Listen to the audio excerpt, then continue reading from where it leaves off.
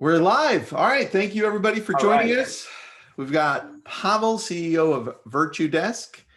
And we have Tristan Ahumada, the CEO of Brilliant Tribe and Lab Code Agents. What's up, brother? I appreciate that. I don't usually get that. Thanks, Pavel. Yeah, nobody knows who you are, right? So might as well give us some introduction. I love that, man. Thank you. Well, today is a really good topic. I know your team put something together for us as well. And I just want to start off by saying that the ability to scale and grow any business with virtual assistants is a beautiful thing. And I think it's extremely underrated. And one thing that I've noticed over the last, how long have we been doing this, Pavel? 6, 7 months? About 8 Something months? like that. I think we started around November of last year. Yeah. So, yeah. Well, ever since this started getting bigger and bigger, people are now realizing and we're opening their eyes as to how powerful this can be. And that's a cool thing to see. It is. Yeah. It's definitely growth. So I know you've been in this industry for quite some time, and you personally have 19 virtual assistants. I do, man.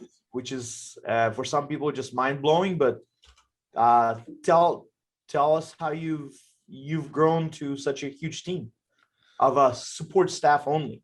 Well, I always start the story with the same thing. It's it goes back to reading that book, the Tim Ferriss book, 4 Hour Work Week. Yep. Every time it starts, I read it and I was like, what? No way. So I was like, so the first thing I did was Google. I'm like, okay, let's go into this. What is a VA? What can I have them do? Right. So that really opened my eyes as to the possibilities. Now, dude, the very first one I hired, I did a terrible job. And the second one, you didn't know what you were doing. Because you didn't know what you were doing, right? That's right. Well, you did the same thing. So, I did. Well, yeah, but my first hire was actually I was selling real estate, and she was a prospector. She was ISA. Oh, so nice. She didn't come from any real estate background, but I trained her. She sounded pretty good on the phone, so I trained her what to say, and she got me appointments. That's what I was looking at. Yeah. I love that, dude. Well, yeah. And then I scaled up from that. I got an admin, got a TC, got the marketing VA. So that's kind of like, the team. And a lot of agents don't understand, maybe don't realize that they all want to grow a team, but the team could actually start with you hiring VAs and building the team around it. Your virtual assistants essentially would start as your team. Yeah, I think people forget the main reason most agents succeed and most businesses succeed long term is because they start building their relationships and then they add them to a database, right? Yeah, exactly. And then people follow up with that database, and that's where the virtual assistant comes in. That's where I would say, look, if you want to hire one first, that's probably where you need to hire them first. For the database, right? Yeah. To nurture your database and make sure that you're taking care of those. And then, if social media is your database, like Facebook, Instagram, LinkedIn, whatever, then hire them to take care of that in the same way. Now, your team made a chart that I want to share because go for it. Yeah. I was really impressed with the chart. Can you see my screen? Oh, yeah. All right. So I'll post this up into the leverage community too, but the organizational chart here that I'm showing is for solo agents. So for small teams, for real estate agents typically. And I'm going to show one too for just businesses in general. Now, this is typically what we see when a real estate agent starts to think about expansion, right? In growth and scaling. Yep. So you see they usually hire, my very first hire, Pavel, as an agent was a transaction coordinator. That was my very first hire. How about you? The ISA, the person who was calling and getting me the appointments. And then later I figured out that I need some support to that because there's still a database so I had her sift through the database, pick the leads to call, and that was just taking up a lot of her time. So that's the second person who was actually hired to do the admin work of compiling the database, because she was calling a lot of for sale by owners and expireds and pre-foreclosures. My biggest thing was pre-foreclosures. That's how I was getting my listings. Dude. So I needed somebody to go through I trained that person to look for notices of default filed with the county, how to do it, how to locate their phone numbers, and how to actually contact them. That was the biggest actually thing. But then once the business kind of like picked up where there was more volume, then I hired a TC to handle that. All right. That makes sense, dude. You took a slightly different approach than I did, which is kind of cool, right? Because we both ended up being successful in real estate. Yeah. You took the lead gen route first, right? This site. I did. Yes. Right. Yeah. I took the support staff first, right? Support staff. Yeah. But you know what? If I had to do it over again, I would probably start here because I would have been able to scale much faster. Yeah. It took me a little while longer. Or marketing manager. Actually, marketing manager, that's probably what I would have done right now as the freshly started realtor. I would probably get somebody who will help me with the marketing. I think that's where a lot of agents kind of suck. So all right, so Jim Mater, what's up, Jim? I didn't know you were on here. Jim, I connected you with Pavel like a couple of months ago, I think. And he says my first hire was a TC. Hey, Jim. Yeah. And just hired my first VA in May, and she is awesome. Oh yeah, there you go, 2 months ago. Thank you, Virtudesk. I couldn't be happier. That's awesome, Jim. We love you, bro. Thank you, brother. We love you. And so look, for me, TC was the first, then I expanded from there. And I said, I'm going to get an admin. I hired an admin in-house. And then my third hire was a lead coordinator. But, I hadn't read Tim Ferriss's book yet. So my lead coordinator was in-house as well. I think it was a year later that I finally read the book and I was like, I can do this in another country and save money, right? So I was like, let's try this. And so I did. And then my fourth hire was somebody to take care of my database. And like I said, I messed that up big time, but I didn't stop. I'm like, you know what? I'll try it again. I tried it again a third time because the second time I still screwed it up, Pavel. And the third time was a charm. She's still with me, by the way. She helps me run Lab Code Agents. And I transferred her from real estate to the back end of consumer real estate, right? So she's awesome. And she took care of the database. She's an amazing, amazing human being. And then from there, I'm like, okay, I got this. This makes sense. I can duplicate this. I just needed to train better and I needed to communicate better. I just needed to be a better leader and trainer. And what did you find, Pavel? Well, in the same way, I mean, I basically became a trainer from IVE essentially, but interesting question. Jim just not a question, but Jim just popped a comment, says, I want to learn all I can on how to scale with a VE so I can take it from part-time and full-time to full-time. Jim, let me tell you how I got my VE from part-time to full-time. And a lot of agents thinking about it, but not quite, certain of pulling the trigger because it's extra expense. When I hired her first for full-time, I actually moved her to full-time within like 3-4 days after that. The reason is because I saw the potential and I saw that the more time she's actually spends working in my business, the more time I get back. So, and since I hired her for the lead gen portion of this chart, my rationale and thinking was, well, if she generates X amount of leads in 4 hours, she's going to double that in 8 hours. So that's how I took it, but I'm the kind of guy who's going to go with an approach of go big or go home kind of a mentality. Yeah. But I'm not going to be just, sitting and doing like, okay, I'll just do it for part-time for now.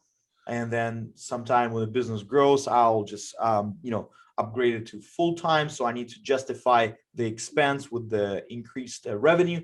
So the way I looked at this, I'm going to actually increase the expense. And that's how the revenue is going to be going to double or triple. I think Pavel, that's such a wise thing you said. And you know what? Tom Ferry said the same thing when we interviewed him. He said, I just went all in, Yeah, right? yeah, And exactly. I don't think we realize that when we're having a good, let's say a great year, Mhm. that may not ever happen again or for a long time. And your inability to invest in your growth just passed, Yeah, right? And you exactly. won't get that shot again. And that's why I tell people, look, this is your team created this, by the way. Good, congrats on that, dude. I was blown away when I saw this. Yeah. I was like, oh, I need to add a couple of things. I actually sent this to my team and I'm like, can you recreate this, please? So Yeah. talk about this one because now we're looking at an actual business. Like if I'm running a mega team, which I am, right? This is what now it starts to look like You instead gotta of have an OM, you gotta have an operations manager for sure, who's gonna be in charge of those departments, the marketing, the like first impressions or concierge, you yep. need to keep the recruitment, so you need to have growth, so you need to have constantly somebody engaged in recruitment, and also sales manager. We have sales manager, but um, Virtudesk is running the same model where we have people, uh, m- uh, most of them, operations manager, who's a sales manager, Elias, the director of marketing, Sarah, and she's got a huge team under her. Elias has a huge team under him. So this is basically how you run a business that works without you being there, in an essence.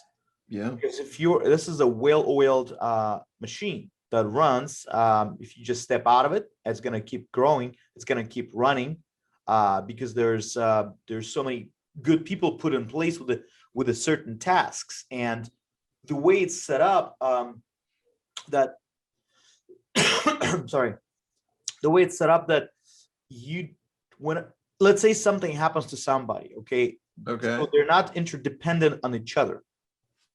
Let's say somebody gets hit by a bus, somebody resigns, Okay. somebody leaves, okay, you want to make sure your business doesn't suffer, and in essence Mhm. that your business actually, it's going to be replaced by somebody else, this person, and the systems have to be there in place, so each person knows their own job, so each True. person does their own job, like in the football game, the quarterback does his job, the running back does his job, the defense guys do what they do. So everybody's in their own place. That's Mhm. how the businesses run. That's how big corporations run. You know what? That's interesting that you say that because as I continue to grow bigger and bigger, I find that I always have this fear, Pavel. Fear doesn't go away. It's just whether we take it on directly or we actually cower on it, right? But I have this fear like, all right, I have these amazing operation managers for all my companies, but I don't necessarily have a backup for them because they're so freaking amazing. Yeah, I know. So now I'm building up backups just in case, because if Life something happens. happens, we're Life screwed. happens, dude. Yeah, life happens. Exactly. So I love that you said that as a backup. Now, all right, take me through this because the operations manager, I think, is probably somebody like over here, right? That's right. This is Yes. who they become. All Yeah. right. Yes. If everybody's wondering here, executive admin, this is why you should hire an executive admin full time first to train them. This is who they become, right? Right there. They become operations manager. Yeah. Now you start building these four sections right here, and you see they're kind of already here. You got the marketing manager, right? Hmm. Director of marketing. Yep. You've got a lead gen specialist who's great on the phone, great at systems and processes. They That's become the sales. recruiting manager or sales, right? Yeah. One of Yep. the two. And then over here, the transaction coordinator, they will probably either remain the TC or they'll become the concierge, right? Concierge or the director of first impressions, right? Like they have at KW.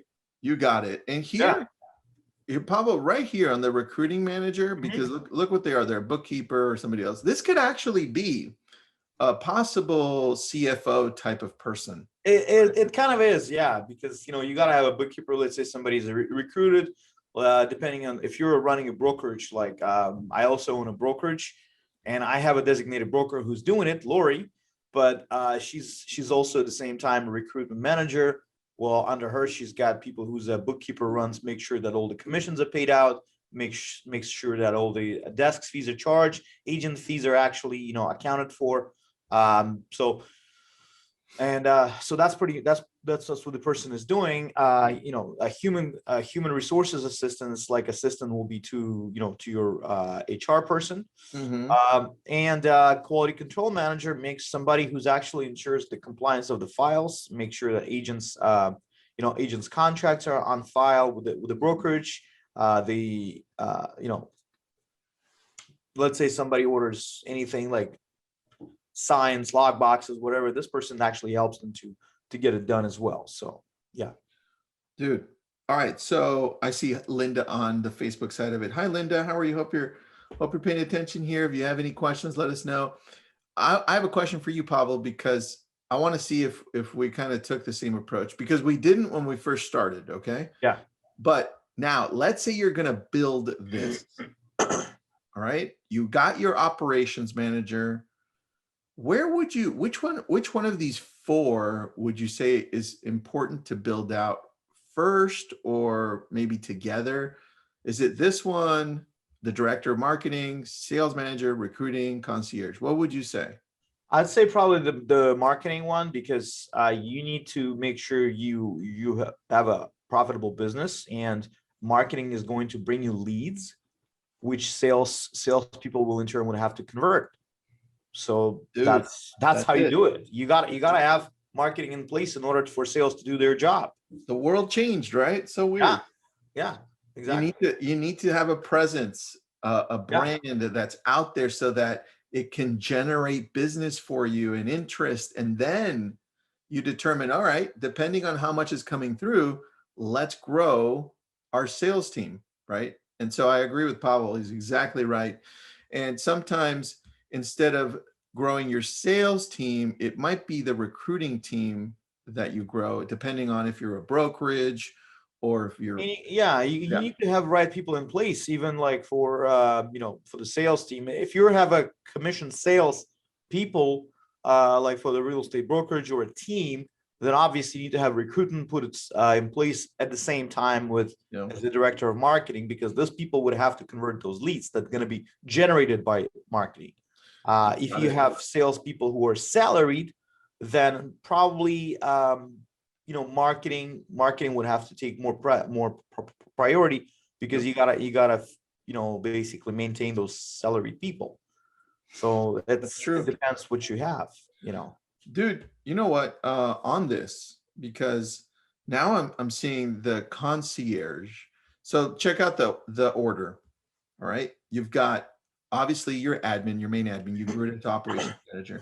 Now you got the director of marketing, and we'll go into which one here is first. Yeah. But now, depending on your business, you're going to go, let's just say, the sales manager to start growing this out, right? And then you're going to have to keep everybody happy, right? So in essence, your concierge is your customer service. Exactly. Right? Exactly. Yeah. That's what this becomes, right? Which we have on the real estate side as Chief well. culture officer. Dude, yes, that's right. That's right. You mentioned that earlier. Yes, that's the one. Yeah. So let's go into director of marketing, because let's say you have a marketing head.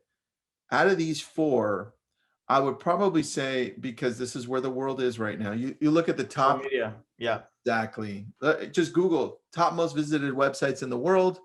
You'll find out of the top 10, 4 of those are in the top 6. It's YouTube is number 2, Facebook's number 3, Twitter is number 4 out of everybody. Twitter, believe it or not. Then Wiki's number 5, and then Instagram is number 6.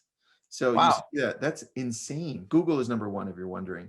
Yeah. But social media should definitely be. Of course. Yeah. And you have to be on all major platforms. You have to be not on everything, everywhere. Yeah. TikTok, I would say, you know what? 4 of them. You're right, Pavel. Yeah. I think YouTube, Facebook, right? Because that's where a lot of engagement happens. Instagram and TikTok. Those are the ones, and a little bit on LinkedIn. Some stuff happens there, but I think for what you're looking for here in the real estate world, those are the 4. And I've sold properties from all of the. I mean, we just qualified a lead to purchase another home through TikTok. Oh, there we go. Yeah. So, TikTok is amazing. All right. So let's say you hire a social media person, right? You got the marketing person, social media person. They're in charge of posting, making sure that everything's looking good, or expanding your profiles, engaging all that. Where would you go to next after your social media person, Pablo? Would it be ads, Well, content? I would probably, I would probably go with the content. You need to have content that you would have to be posted on now social media, and at the same time, the content person can also do ad manager.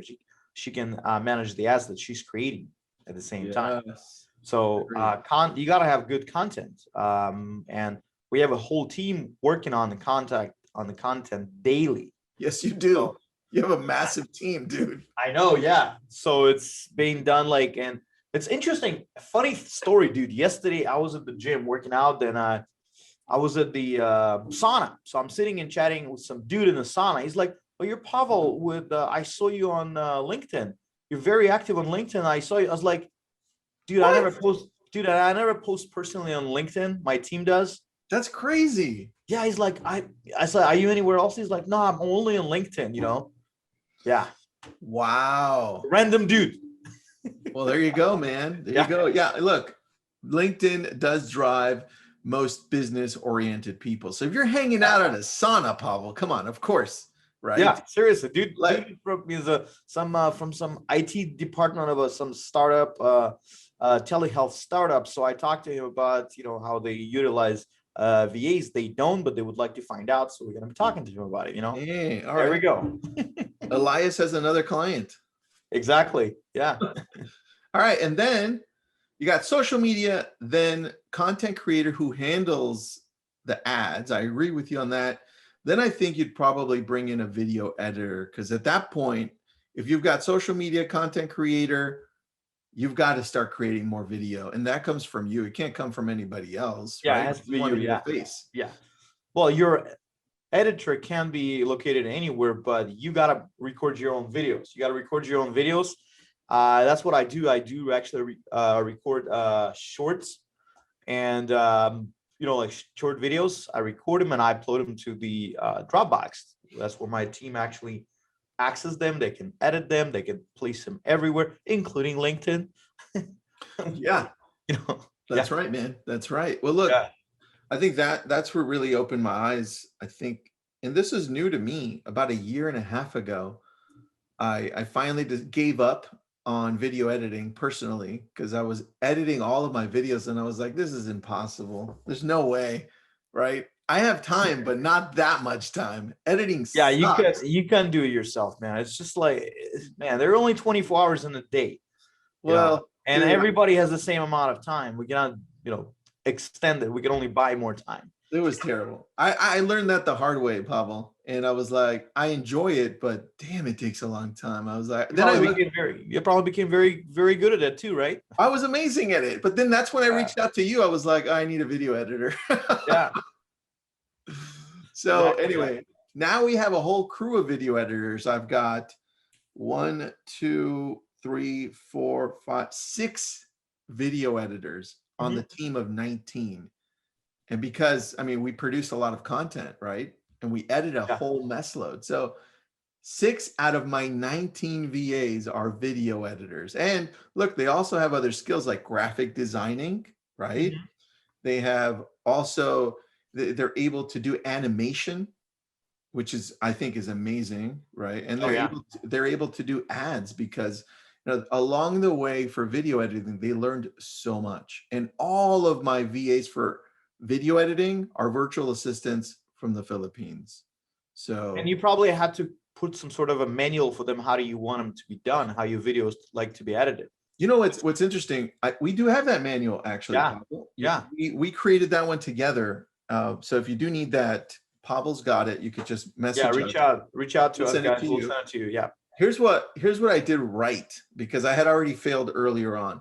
When I hired my first video editor, I already had an outline of what I needed. Like, we used the sheet that you have. And I was like, okay, can you do this? Can you do this? Are you able to do this? And let me show you what I want it like, right? There it is. Jim Mater needs it. So we'll send it to you, Jim. And then once I knew I found the right one the first time, then I did what I told everybody to do, and that's communicate the first month a lot. Make sure that you're tweaking everything well. And then once they've got that rhythm, now they're going to train the other people. And that's the standard that you have now from now on. As everybody we've hired from that very first video editor, now they're better than my original video editor. But I built a relationship with that first one. I'm not going to let him go, right? But now he's like, damn, everybody he's hiring is better than me now, right? Yeah, exactly. Because that's the standard that was set from the very beginning, and that's what we have to shoot for, right? So I think that's extremely important. Let's see what we got here. Jim, we'll send that over to you, buddy. I already sent Audrey the email with your email, Jim, so she'll send it to you. Yeah, Jim, you're gonna need a video editor for sure, dude. You're definitely 100%, yeah. All right, Pavel, what are you looking to hire next on as a VA? Well, we just hired a new person, SEO, for the SEO, and we're specifically looking for somebody who's good at SEMrush, the platform, SEMrush, and because we are getting the website lift, so we have person, not exactly a lift, actually total redo of the website, of branding, and the SEO person comes into place, Nice. who would be working on getting our website out there first on Google, So it took actually a while to find somebody who's who's good, because there's a lot of components and there are a lot of noise out there about SEO. Yeah. A lot of people say, oh, we good, but it's really tough to find somebody who's really good. But we did. We also just hired an engineer who's working on the back end of things, because we have software. We also have right now the Timely software that we have VAs work on it. We also have our own internal CRM. All of that takes some tech knowledge that I don't possess. And you don't want to either. No, I don't want to, dude. So we hired somebody who is outside the country. The guy's in Russia, but he's an amazing engineer. Like Microsoft, great kind of engineer. Dude, I love that. Yeah. So that's kind of people we hire right now, because we're growing as a company, we're scaling, and we're adding technology and making it easier for our VAs, making it easier for our customers to work with us. So all of that requires some tech, obviously. I love that, dude. Yeah. Well, good job on your growth, man. It's cool to see. It's cool to see your growth, by the way. Thank you, brother. Thank you. Yeah, likewise as well. The Brilliant Tribe, I see that's exploding. That's a big brand. Just getting started, man. Thanks for all of your support too. So yeah. All right, everybody. Thank you for tuning in. We're going to post this one into the leverage community, the chart that we have, and I'll post both charts so you can grab them from there. And anybody else who needs that link, let us know. We'll probably end up posting the YouTube thing tomorrow in the community. Probably, yeah. All right, Pavel. Thank you so much, buddy. Appreciate it. Thank you, guys. Thank you. Thanks for being on too, bud. All right. Bye-bye.